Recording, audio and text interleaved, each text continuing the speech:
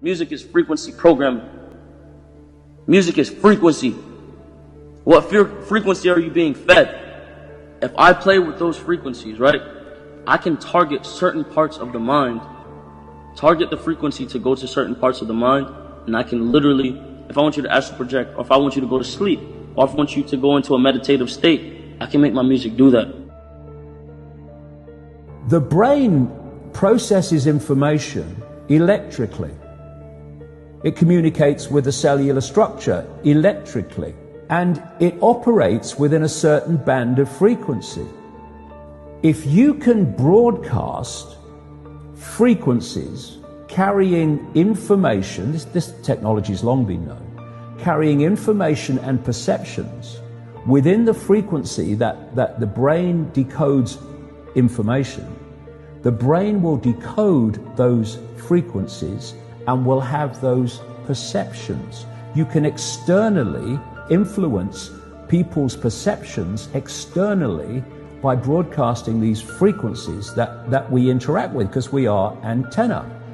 The sad reality is that where we now play our music is in A440. Where did that come from? It used to be 417. A440 came in with the Roman Catholic Church. They suppressed the frequencies. They lost somehow the 152 of the best Gregorian chants, including the hymn to St. John the Baptist, which we've now recovered. That particular hymn was what triggered Dr. Palaio's investigation, looking for those frequencies of vibration by which the music was played. It was known as the most uplifting hymn of all the ages, the most spiritually uplifting hymn. Hymn to St. John the Baptist. It was played to 6 tones. These are those 6 tones. These are those 6 frequencies. And so the A440 is what now is the standard tuning. If you go A439, you're closer to one of the Creator's tones. If you go A441, you're closer to one of the Creator's original tones. That's how precisely it has been manipulated. To do what? To shut down the 95% of your brain, particularly the right brain that operates the heart-mind for the divine human community. Some decades ago, there was a guy who worked out the frequencies of different emotional states. This is long ago. I mean, it's very, very sophisticated now. So every thought, every emotional response is a frequency. It generates a frequency, and it is of itself a frequency. Hate is a frequency, and it's different to love. You know, when you are in a room and there's lots of aggression and conflict and hatred, you feel it. What do people say? Oh God, you can cut the atmosphere with a knife in there. That is because the frequencies of hate and conflict have been so generated, they have changed the electromagnetic field of the room. When you go driving your car and your channel on the radio is tuned to a station and you're grooving to the music, you love that music. As you get farther and farther away from the broadcasting tower, that music gets static. You start to lose the signal from the clear channel, broadcast, and it gets staticky. When it gets staticky, you get a little annoyed. But you want to listen to it. You really have a heart for that music, so you continue to listen to it for another 10, 15 miles, and suddenly it becomes so annoying that you just get disgusted, you go, and you shut it off.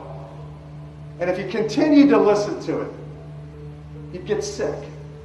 That's what we're talking about here. Except you don't even know that you've been listening to the static your whole life. You don't even know what the true resonant frequency is because it has been kept from you. Now, of course, to really be effective, we need to use the proper words and phrases, scientifically selected. But that gives you the basic idea. We embed messages just below the threshold of perception, so they can go directly into the subconscious. They can play across a community these frequencies without anyone knowing, and it starts to have an effect, and it starts to build rage, it starts to build anger, and people might not realize why they're feeling it, but they start to feel it. And then what they do is they trigger that with an event maybe some guy is attacked by the police or something, or somebody's arrested for something they didn't commit, and now there's the trigger. The blue touch paper has been lit of this manufactured frequency-driven rage, and you have mass riots and what have you, and people do things that they wouldn't normally do. So in other words, the master composer, master conductor of the Universal Orchestra is singing love songs in 5/8, uplifting everything simultaneously. And we're the only species out of tune and accepting static for the clear channel. Do you know that the American military, they've admitted this. They have technology that fires frequencies at the enemy that basically breaks the enemy's spirit so they give up and put their weapons down. This is the technology we're dealing with.